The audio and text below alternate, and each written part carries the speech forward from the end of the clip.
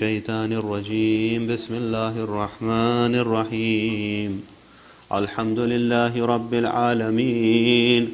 الحمد لله الذي لا يبلغ مدحته القائلون ولا يحصينا معه العادون ولا يؤدي حقه المجتهدون، الذي لا يدركه بعد الحمم ولا يناله غوث الفتن، الذي ليس لصفته حد محدود ولا نعت موجود ولا وقت معدود ولا عجل ممدود، فترى الخلائق بقدرته ونشر الرياح برحمته.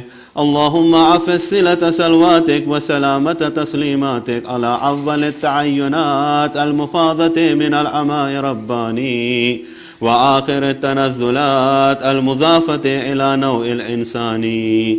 كان الله ولم يكن معه شيء ثاني، محصي لعوالم حضرات الخمس في وجوده، وكل شيء أحصيناه في إمام المبين. الرسول النبي المكي القرشي المدني التحامي، صاحب لواء الحام ومقام المحمود أبي القاسم محمد الحميد، وعلى أخيه وابن عمه وثهره وخليفته من بعده وقائد الغر المحجلين، ياسوب الدين إمام المتقين أمير المؤمنين علي بن أبي طالب، وعلى ابنته الطاهرة الحوراء العنسية الراضية المرضية الشفية يوم الجزاء فاطمة الزهراء سلام الله عليها،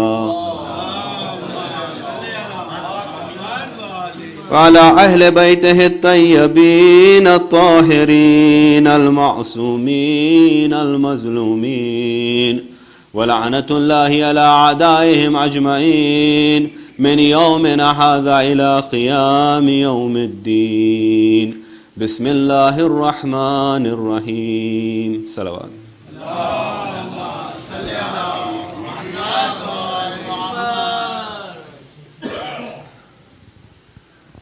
تمام ثنا اس خالق، اس باری تعالیٰ کے لیے مختص ہے جو اس کائنات کا پروردگار ہے،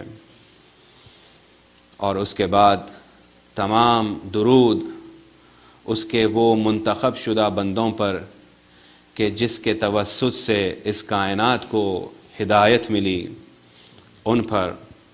اور اس کے بعد جیسا کہ آپ جانتے ہیں کہ ایک مرحوم کی ایصال ثواب کی مجلس منعقد کی گئی ہے، اور عادتاً ہم موت کا ذکر کرتے ہیں اور اپنے آپ کو آگاہ کرتے ہیں، اس حقیقت کو دوبارہ اپنے قلوب میں اجاگر کرتے ہیں جو واقعیت میں تبدیل ہو جائے گی، چاہے انسان اس کو قبول کرے یا قبول نہ کرے. یہ ایک ایسا سفر ہے جس کی طرف ہر انسان کو لوٹنا ہے. انا للہ و انا الیہ راجعون. خالق کائنات نے یہ صاف بتا دیا کہ دنیا میں ہر وہ شے جو اس دنیا میں وجود کا جس شے پر اطلاق ہوتا ہے اسے فنا ہو جانا ہے، اور صرف اس کی ذات جو واجب الوجود ہے وہ باقی رہے گی، اور ہر شے فنا ہو جائے گی. لیکن چونکہ ایک پدر کی موت، ایک باپ کا اس دنیا سے جانا اولاد کے لیے بہت سخت ہوتا ہے، اور اسی سلسلے میں نے کوشش کی ہے کہ اس بات کی طرف آپ سب کے پہلے تو میری اور خود آپ سب کے اذہان عالیہ کو متوجہ کروں کہ واقعاً قرآن میں باپ کا کیا مقام ہے، باپ کا کیا رول ہے، اور باپ کی اپنی اولاد سے کیا توقع ہے.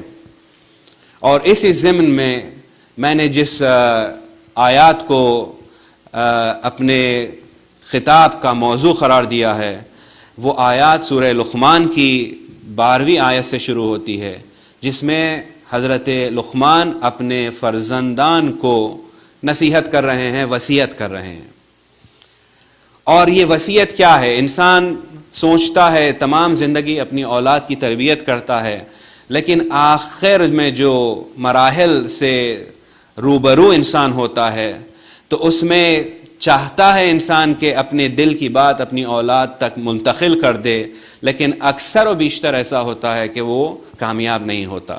اس لیے اسلام میں اپنی وصیت کو زندہ رکھنا بہت ضروری ہے، یعنی کہ لائف وصیت آپ کی ہمیشہ ہونی چاہیے، ایک ڈاکیومنٹ ہونا چاہیے جو آپ کی وصیت کا ہونا چاہیے، جو بار بار رینیو کیا جائے۔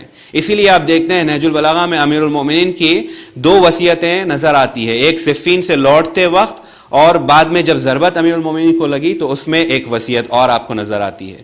اور ویسے ہی جو بزرگان ہیں، جو علماء ہیں، جو مراجع کرام ہیں، وہ بھی اپنی وصیت کو ہر چند سال یا ہر دائماً اسے اپڈیٹ کرتے رہتے ہیں تاکہ ان کی اولاد تک وہ پیغام پہنچ جائے کہ جو لب لباب ہے اس زندگی کے جینے میں، جو انہوں نے اخذ کیا ہے، جو انہوں نے حاصل کیا ہے۔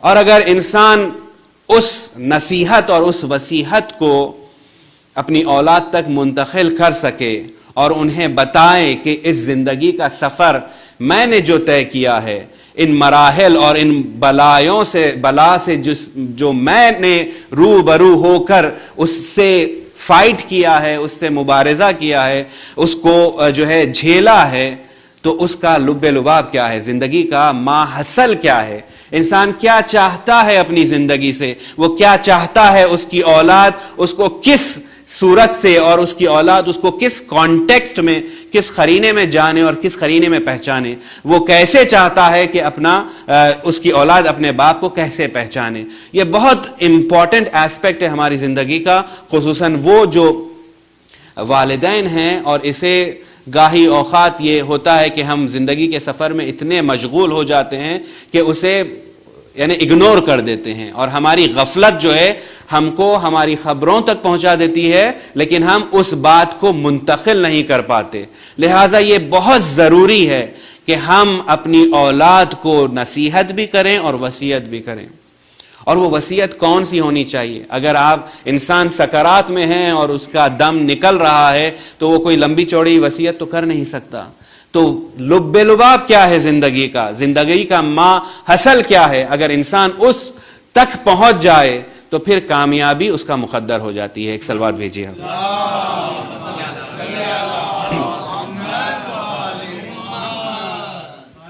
اب دیکھنا یہ ہے کہ جس باپ کو ہم رول ماڈل قرار دے رہے ہیں، کیا وہ باپ بھی ڈیوائنلی انسپائرڈ ہے، یا پھر وہ باپ جو ہے شہوات زندگی میں مبتلا ہے اور خود غفلتوں میں الجھا ہوا ہے؟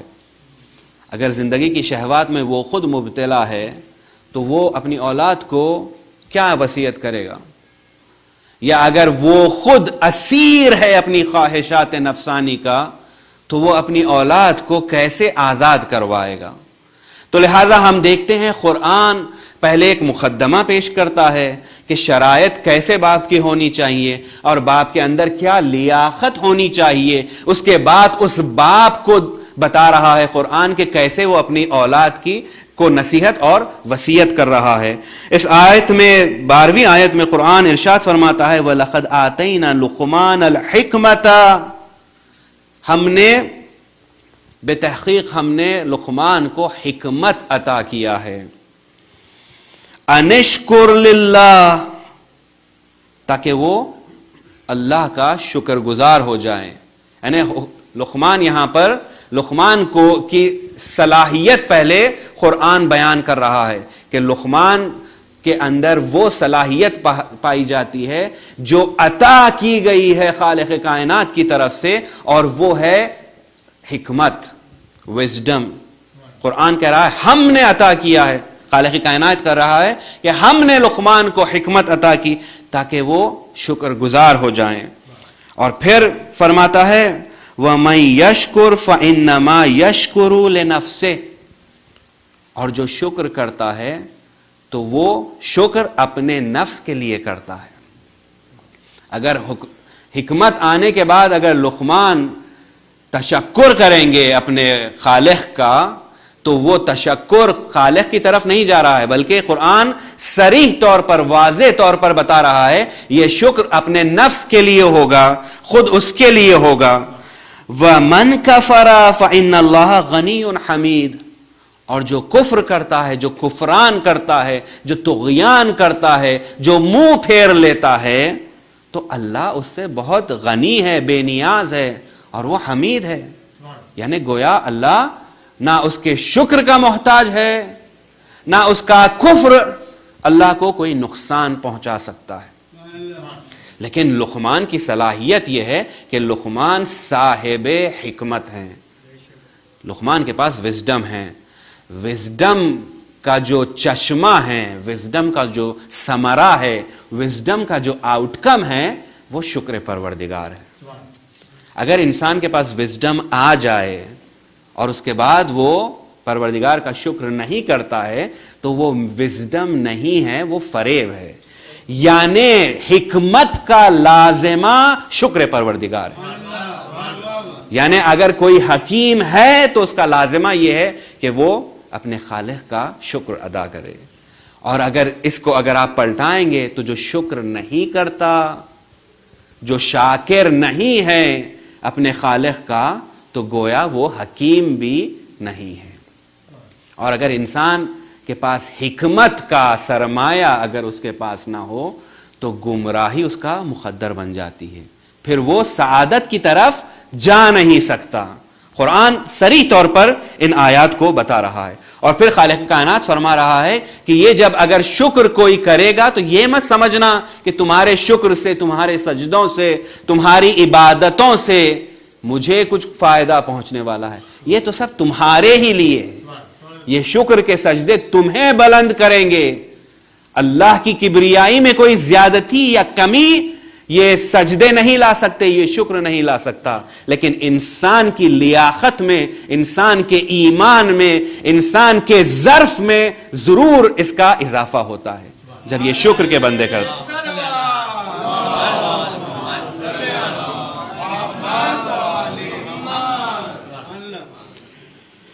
دوسری آیت جس میں خالق کائنات ارشاد فرما رہا ہے، یا ایھا الناس انتم الفقراء الی اللہ، اے لوگو تم فقیر ہو، نیاز مند ہو اپنے پروردگار کی طرف۔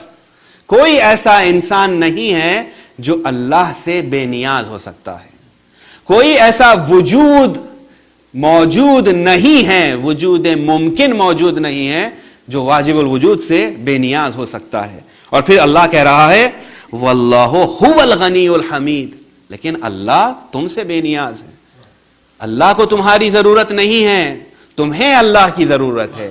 تم اس فخر کے سطح پر اور اس سٹیشن پر پائے اپنے آپ کو پاتے ہو کہ جہاں پر تمہارے وجود کو اس کی ضرورت ہے، اسے تمہاری ضرورت نہیں ہے۔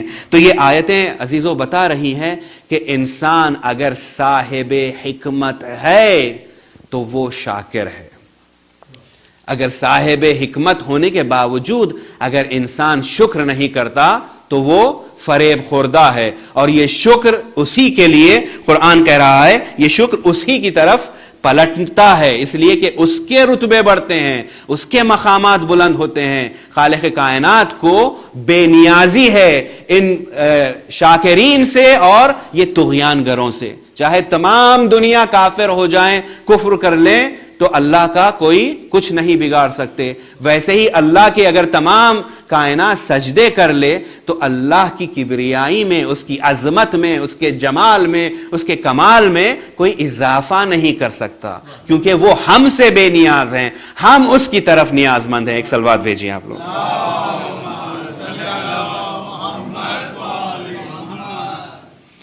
تو یہ جب شکر اس کی طرف پلٹتا ہے اور کفر بھی ویسے ہی اس کی طرف پلٹتا ہے۔ اگر انسان کفر کرتا ہے، اس سے منہ پھیرتا ہے، تو اس کا ضرر بھی اسے ہی پہنچتا ہے۔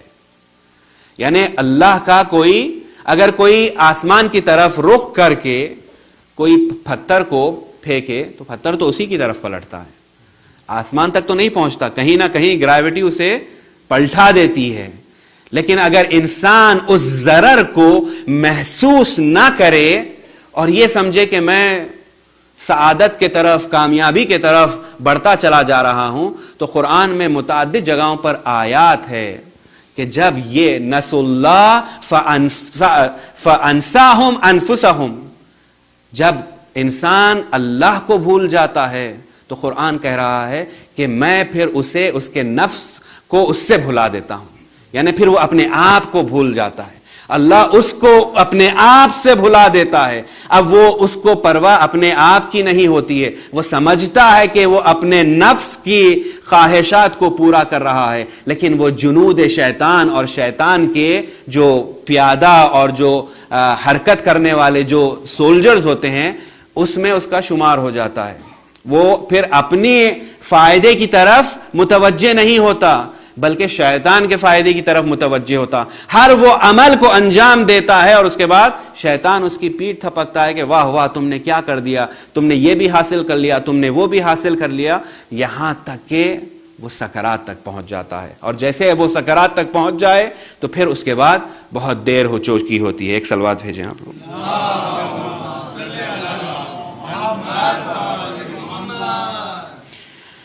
اس کے بعد کی جو آیت ہے اس میں خالق کائنات ارشاد فرما رہا ہے وَإِذْ قَالَ لُقْمَانُ لِابْنِهِ وَهُوَ يَعِظُهُ، اور جب لقمان نے اپنے فرزند سے کہا جب وہ اسے وعظ کر رہا تھا، نصیحت کر رہا تھا، یا بنیا، اے میرے فرزند، لا تشرک باللہ، اے میرے فرزند شرک کبھی بھی شرک مت کرو، ان الشرک لظلم عظیم، اس لیے کہ شرک ظلم عظیم ہے، اللہ کو شریک قرار مت دو۔ تو پتہ چلا کہ حکمت کا لازمہ یہ ہے کہ انسان شکر سے اپنا سفر شروع کرتا ہے اور اس کے بعد توحید کی طرف بڑھتا چلا جاتا ہے، یعنی شرک اس کے اندر وارد نہیں ہو سکتا، شرک اس کو پلیوٹ نہیں کر سکتا، اس کے نفس کو، اس کی روح کو پاکیزہ ہو جاتا ہے وہ جب وہ اللہ کی طرف شکر کے ساتھ آگے بڑھتا ہے تو توحید ہی توحید اس کے اندر نظر آتی ہے۔ اور یہی لقمان اپنے فرزند کو نصیحت کر رہے ہیں، لا تشرک باللہ، اے میرے فرزند سب سے باٹم لائن یہ ہے زندگی کی کہ اللہ سے کے ساتھ کسی کو شریک قرار مت دو، کیونکہ یہ سب سے عظیم ظلم ہے، اس سے بڑھ کر کوئی ظلم نہیں ہو سکتا۔ اور لوگ سمجھتے ہیں کہ اگر بت کو سامنے رکھ کر انسان اس کی پرستش کرے تو وہ شرک ہوتا ہے، جبکہ وہ شرک ہے لیکن بہت ہی ظاہر اور بہت ہی اپیرنٹ شرک ہے، لیکن شرک جو نفس کرتا ہے وہ تو شرک نظر بھی نہیں آتا، اور وہ اتنا ظلمتوں میں گھرا ہوا ہوتا ہے کہ گویا ایسے کہ ایک چونٹی جو ظلمت شب میں ایک تاریک اور سیاہ پہاڑ پر چلے اور وہ چونٹی کا بھی رنگ کالا ہو تو کیسے چلے گی اور کوئی محسوس کر سکتا ہے؟ نہیں کر سکتا ہے۔ شرک بھی ایسے ہی انسان کے اندر انفلٹریٹ ہوتا ہے، شرک ایسے ظاہری طور پر نہیں ہوتا ہے، ظاہری طور پر تو جو یعنی مقدمات ہے اس کو تو ہم طے کر لیتے ہیں، جیسے ہی مقدمات کو طے کر کر ہم اس صف میں آ جاتے ہیں کہ جہاں سے ہماری استعداد اور ہمارا پوٹینشیل یہ بتاتا ہے کہ اب یہاں سے ہماری پرواز شروع ہونے والی ہے، وہیں پر شرک آتا ہے اور گریبان کو کھینچ لیتا ہے۔ اور اگر انسان شرک کی طرف جو ہے اپنے آپ کو اتنا ویجیلنٹ رہے انسان کہ وہ شرک میں مبتلا نہ ہو تو پھر وہ سفر کر سکتا ہے، لیکن پری کنڈیشن شکر ہے۔ اب یہاں پر عزیزو آپ دیکھتے ہیں کہ یہ اگر اس سفر کو انسان طے کرے اور یہی اپنے فرزند کو سب سے پہلے باٹم لائن یہ ہے کہ شرک نہ کرے۔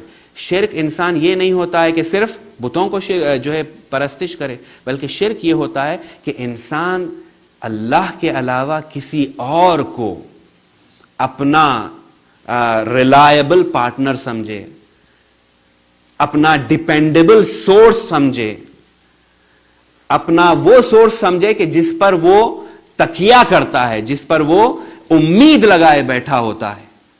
اگر اللہ کے علاوہ اگر وہ سمجھتا ہے کہ میرا 401k پلان اگر اچھا چل جائے گا تو میرا ریٹائرمنٹ بہت اچھا ہونے والا ہے, تو یہ دس از اے فارم آف شرک. اس لیے کہ اب تکیہ اللہ نہیں ہے, اللہ کی ذات نہیں ہے, بلکہ 401k پلان ہو گیا. اگر انسان یہ تکیہ کر لے کہ میرے اتنے بچے ہیں اور جب میں ریٹائر ہوں گا تو میرے بچے سب میری خدمت کریں گے اور فلاں کریں گے, مجھے تو کوئی چیز کی ضرورت نہیں ہے, میں تو I am all set in life. تو یہاں پر تکیہ کس پر کیا جا رہا ہے؟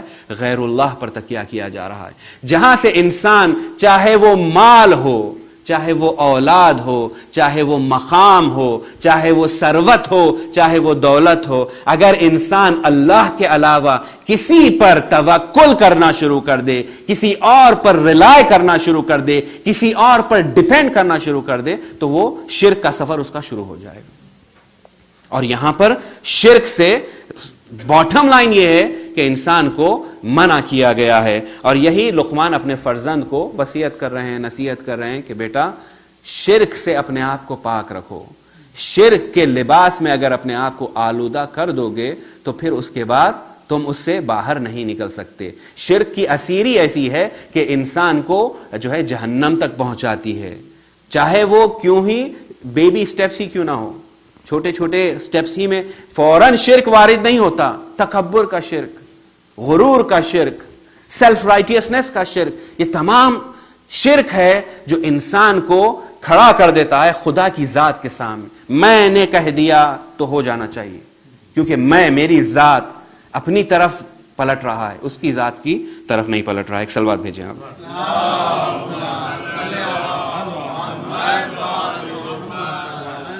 یہاں پر جو ظلم عظیم کہا گیا ہے شرک کے لیے, تو تعبیر اس لیے کی گئی ہے کہ عمل جو عظمت ہے, ہر عمل کی جو عظمت ہے وہ اس کے اثر سے ہوتی ہے. تو یہ کس پر اثر انداز ہو رہا ہے؟ یہ عمل. شرک کرنا اثر انداز خالق کی ذات پر ہو رہا ہے. اگر جو میں مثال اپنے نوجوان دوستوں کے لیے یہاں پر پیش کر سکتا ہوں وہ یہ ہے کہ آپ نے دیکھا ہوگا لوگ کتنے بڑے بڑے کرائم کر کے بھی they get away with it, لیکن اگر کوئی پریزیڈنٹ کا مشیر ہو, کوئی پریزیڈنٹ کا ایڈوائزر ہو, چھوٹی موٹی جھوٹ بول دیں اور وہ جھوٹ پکڑی جائیں, ای میل سے پکڑی جائیں کہ مثلا میں نے یہ جھوٹ کہا تھا, تو اب جو ہے اسے معاف نہیں کیا جاتا. کیوں؟ اس لیے کہ اس نے پریزیڈنٹ کو جھٹلایا ہے. یہ جو اس کا عمل ہے, شاید عمل وہ اتنا سنگین نہ ہو, شاید اس نے کوئی کرمنل ایکٹ بھی نہ انجام دیا ہو, لیکن اس کی کریڈیبلٹی, اس کا اعتبار کمپلیٹلی شیٹر ہو جاتا ہے. اس لیے کہ کس سے تو نے جھوٹ کہا ہے؟ تو نے کسی راستے پہ چلنے والے سے جھوٹ نہیں کہا ہے, تو نے پریزیڈنٹ سے جھوٹ کہا ہے. تو گویا یہاں پر جو شرک کا جو اطلاق اگر انسان کرے تو وہ ذات باری تعالیٰ کی طرف اگر پلٹے تو یہاں پر عظمت, ظلم عظیم اسی وجہ سے ہے کیونکہ اس کی طرف پلٹ رہا ہے. لہٰذا انسان کو بہت ہی محتاط ہونا چاہیے. ہم پریزیڈنٹ کے سامنے جاتے ہیں یا کوئی بڑے ڈگنیٹری کے سامنے جاتے ہیں, ایک ایک لفظ کو ناپتے ہیں, تولتے ہیں, ایک ایک لفظ بات جب کرتے ہیں, بلکہ پہلے سے ٹیکسٹ کے کیا بات کرنے والے ہیں, کیا کہنے والے ہیں. اگر ان کے جو ہے کوئی آپ کو اس سے پہلے پریلیمنری کسی سے آپ کو ملنا ہوتا ہے تو وہ پوچھتے ہیں آپ کیا پوچھنے والے ہیں, کیا سوال کرنے والے ہیں. لیکن جب اللہ کا معاملہ آتا ہے تو شرک جو ہے اٹھے بیٹھے رات دن ہم کرتے ہیں اور ایسے اگنور کر دیتے ہیں جیسا ہم نے کچھ بھی نہیں کیا. لیکن ظلم عظیم اسی لیے ہے کہ اس کی ذات کی طرف پلٹ رہا ہے. لہٰذا انسان کو شرک سے اپنے آپ کو بچانا چاہیے. ایک سلوات بھیجیں ہم.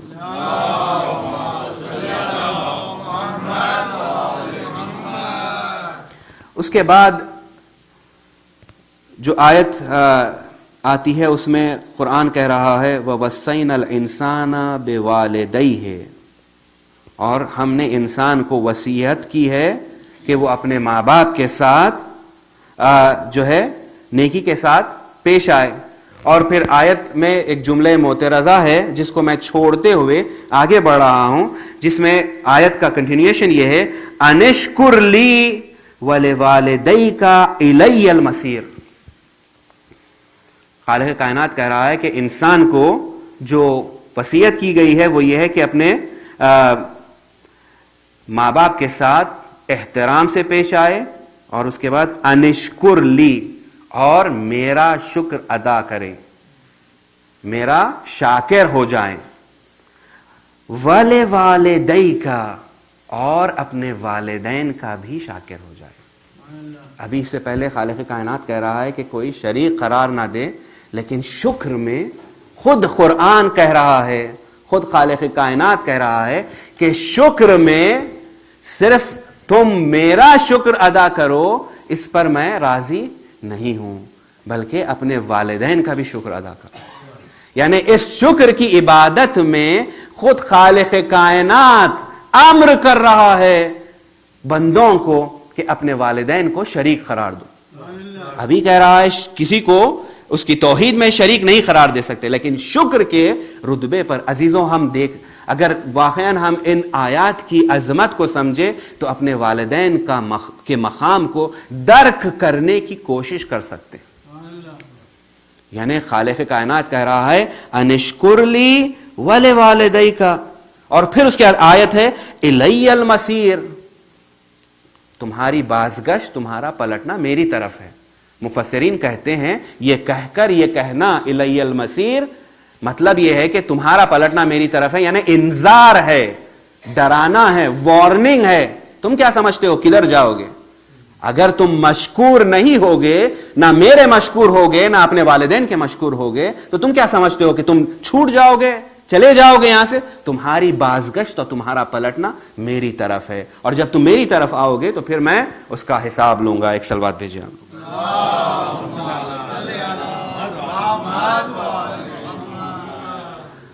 بہت تیزی سے میں آپ کو زیادہ مزاحم نہیں کرنا چاہتا ہوں چونکہ آج ویک نائٹ بھی ہے۔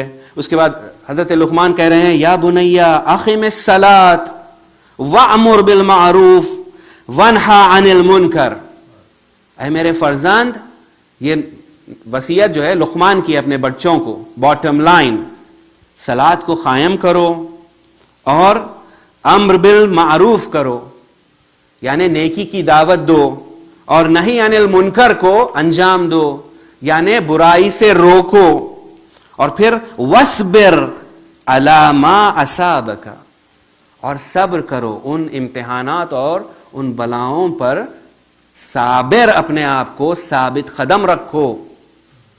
عزیزو یہ باٹم لائن ہے۔ ہر باپ میں سمجھتا ہوں کوئی باپ اپنے وقت آخر یہ نہیں چاہتا کہ میرے بیٹے کے پاس $1000 ملین ہو جائیں یا $100 ملین ہو جائیں۔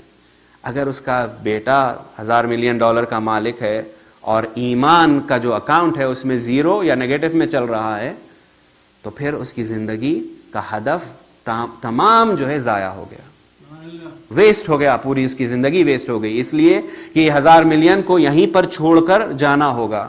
وہاں کے لیے جو زاد سفر ہے، جو توشہ ہے اپنی آخرت کا، اگر اس کے پاس نہ ہو تو وہاں پر تو تہی دست، تنگ دست، خالی دست پلٹے گا اس کی بارگاہ میں۔ تو یہاں پر لقمان کہہ رہے ہیں اے میرے فرزند، صلاۃ کو قائم کرو، اور اس کے بعد جو باٹم لائن ہے امر بالمعروف اور نہی عن المنکر۔ اگر آپ دیکھیں گے تو سید الشہداء بھی، جو منا میں سید الشہداء کا جو خطبہ ہے کربلا کے لیے سفر شروع کرنے سے پہلے، تو وہاں پر سید الشہداء نے بھی یہی کہا تھا کہ میرا یہ جو قیام ہے یہ امر بالمعروف اور نہی عن المنکر کے لیے ہے۔ اور ہم اگر اس راستے کو ہموار نہیں کریں گے اپنی اولاد، کیوں؟ اس لیے کہ it is their life, it is privacy, it is America, they can do whatever they want. What can I say? My kids are old enough. Can a father do something like this? No, he cannot. But if he does it, then he will deprive his children of ایمان۔ اور اگر انسان کے پاس ایمان چلا جائے تو اس کے بعد کوئی چیز کی کوئی قیمت اور کوئی ارزش آخرت میں نہیں ہوگی۔ انسان کی زندگی جیسے تیسے یہ تو گزر جائے گی، لیکن آخرت میں تاریکی اور اندھیرا اس کا مقدر بن جائے گا۔ اور یہی حضرت لقمان کہہ رہے ہیں۔ اور ایک اور مقام پر ائمہ سے روایت بھی ملتی ہے جس میں حضرت لقمان کی نصیحت اپنی اولاد کو، یا بنیا تعلم الحکمہ تشرف، اے میرے فرزند حکمت کو حاصل کرو تاکہ تم مشرف ہو جاؤ، یعنی تاکہ تم نوبل ہو جاؤ، تاکہ تم آنریبل ہو جاؤ. اس لیے کہ فَإِنَّ الْحِكْمَةَ تَدُلُّ عَلَى الدِّينِ، حکمت کا ثمرہ کیا ہے؟ حکمت کا ثمرہ یہ ہے تدل علی الدین، حکمت دلالت کرتی ہے دین کی طرف. جو انسان حکیم ہوتا ہے، جو وائس ہوتا ہے، وہ ریلیجیس ہوتا ہے، دین کی طرف پلٹتا ہے. ارریلیجیوسٹی کو حکمت نہیں کہتے. اگر انسان حکیم اپنے آپ کو سمجھتا ہے تو اس کا لازمہ یہ ہے کہ وہ دین کی طرف رجوع کرے، اس کی زندگی کا محور دین ہو. اگر وہ دیندار نہیں ہے، دین کو اپنا راستہ نہیں بنائے، بلکہ اپنی زندگی میں جو سمجھ میں آئے، جیسے سمجھ میں آئے کر لے، اور پھر دین کو ایک رسم کی طرح، ایک ریچول کی طرح گزارے، تو وہ حکیم نہیں ہو سکتا.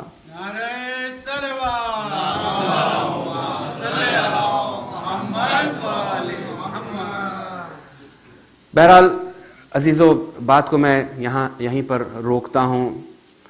اور اگر آپ دیکھیں گے تو حتیٰ امیر المومنین کی وصیت میں بھی صلاۃ کے لیے، حج کے لیے، جو ہمارے جو فاؤنڈیشن ہے دین کا، اس میں جو تاکید ہے عجیب و غریب ہے. اور ہمیں چاہیے ایز پیرنٹس اس کی طرف اپنی اولاد کو متوجہ کرائیں اور انہیں آگاہ کریں. اگر یہ حاصل نہ ہو تو پھر کوئی چیز کی ارزش نہیں ہے. اور اس سے پہلے کہ میں کچھ مصائب کی طرف رجوع ہوں، حالات حاضرہ میں ہم دیکھتے ہیں کہ حجر ابن عدی الکندی، جس کے مقبرے کی جو ہے کا ڈسیکریشن کیا گیا ہے اور اس کی حرمت کو پامال کیا گیا ہے، ان کے بارے میں بھی میں چاہتا تھا کہ بتاؤں. وہاں پر بھی ایک باپ اور بیٹے کی ریلیشن شپ ڈیفائن ہو رہی ہے.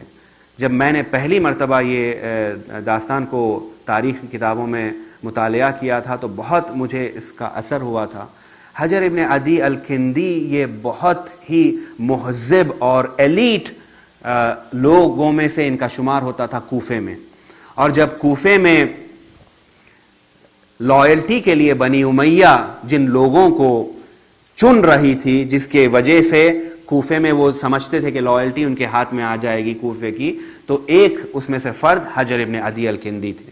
حجر ابن عدی الکندی امیر المؤمنین کے صحابی، پیغمبر کے صحابی اور متدینین جس کو کہتے ہیں، جو یعنی شہر کے اپنے شرفا، شہر کے اپنے ایلیٹ اور شریف لوگوں میں، افراد میں حجر ابن عدی الکندی کا شمار تھا.